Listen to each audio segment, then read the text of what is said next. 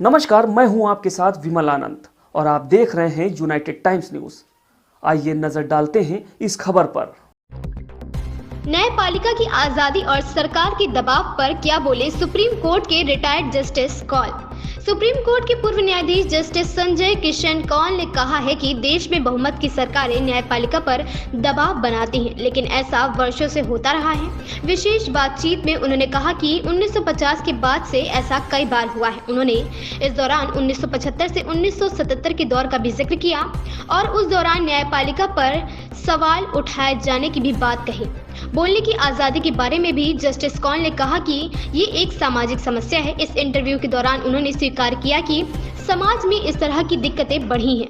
सवाल: क्या आपको लगता है कि पहले न्यायाधीश जिस तरह के फैसले दे सकते थे या देते थे, आज के दिन भी वैसे ही निर्णय दे सकते हैं या उस पर कुछ असर पड़ा है?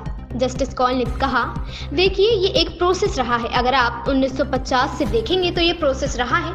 साल 1975 से 1977 के दौर में भी एक प्रोसेस रहा है। मैं ये कहूँगा कि हमेशा थोड़ी खींचतान रहेगी न्यायपालिका और कार्यपालिका में।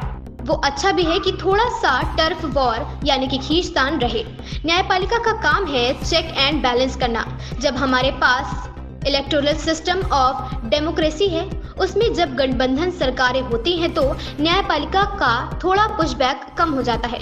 जब कोई ज़्यादा बहुमत से आए तो उन्हें लगता है कि हमें पब्लिक मैंडेट, जनता का समर्थन है, तो वो परसीव करते हैं कि न्यायपालिका हमारे काम में दखल क्यों दे रही है, तो थोड़ा न्यायपालिका की तरफ पुशबैक हो जाता है।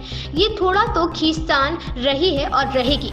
सवाल: तो अभी पुशबैक बढ़ा है? जस्टिस कौल ने कहा, जब मेजॉरिटी गवर्नमेंट होगी तो हमेशा पुशबैक थोड़ा सा ज्यादा होगा। जस्टिस कौल ने कहा, पुशबैक इस तरह होता है कि एक लाइन है, उसके एक तरफ न्यायपालिका और दूसरी तरफ वो यानी कि कार्यपालिका।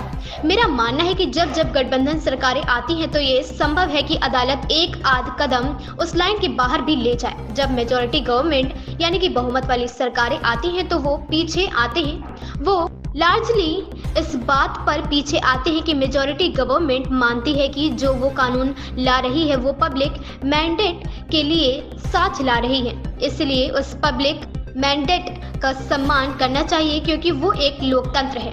कोर्ट की इसमें दखल अंदाजी कम होनी चाहिए।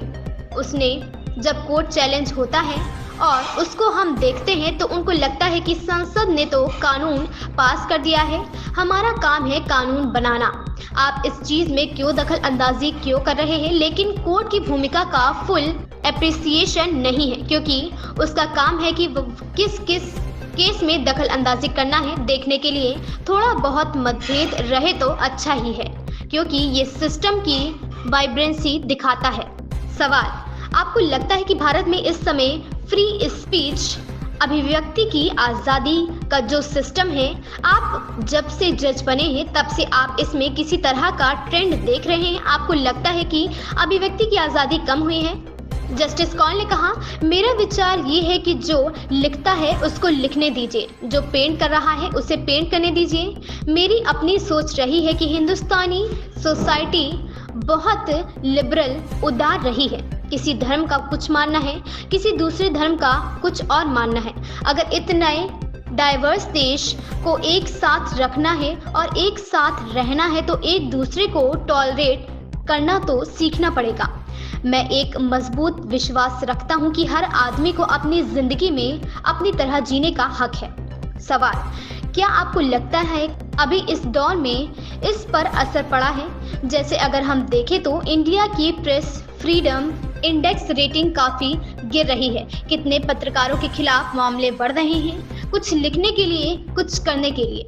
जस्टिस कौल ने कहा, देखिए कहीं ना कहीं कुछ दिक्कतें सामने आई हैं, लेकिन मैं किसी पीरियड पर इसे फिक्स नहीं करना चाहूँगा। मैं इसे एक सामाजिक समस्या के रूप में देखता हूँ। अगर आप समाज को देखिए तो कहीं ना कहीं हमारी एक दूसरे के प्रति सहिष्णुता कम हुई है, और मैं देश की बात नहीं कर रहा हूं, अंतर्राष्ट्रीय स्तर पर भी यही समस्या है। हम मानते हैं कि माई वे या हाईवे नहीं होना चाहिए, या तो मेरा रास्ता मानो या नहीं। तभी कोई कहता है कि वो भक्त है, वो अपोनेंट है। अब तक के लिए इतना ही। देखते रहें यूनाइटेड टाइम्स न्यूज।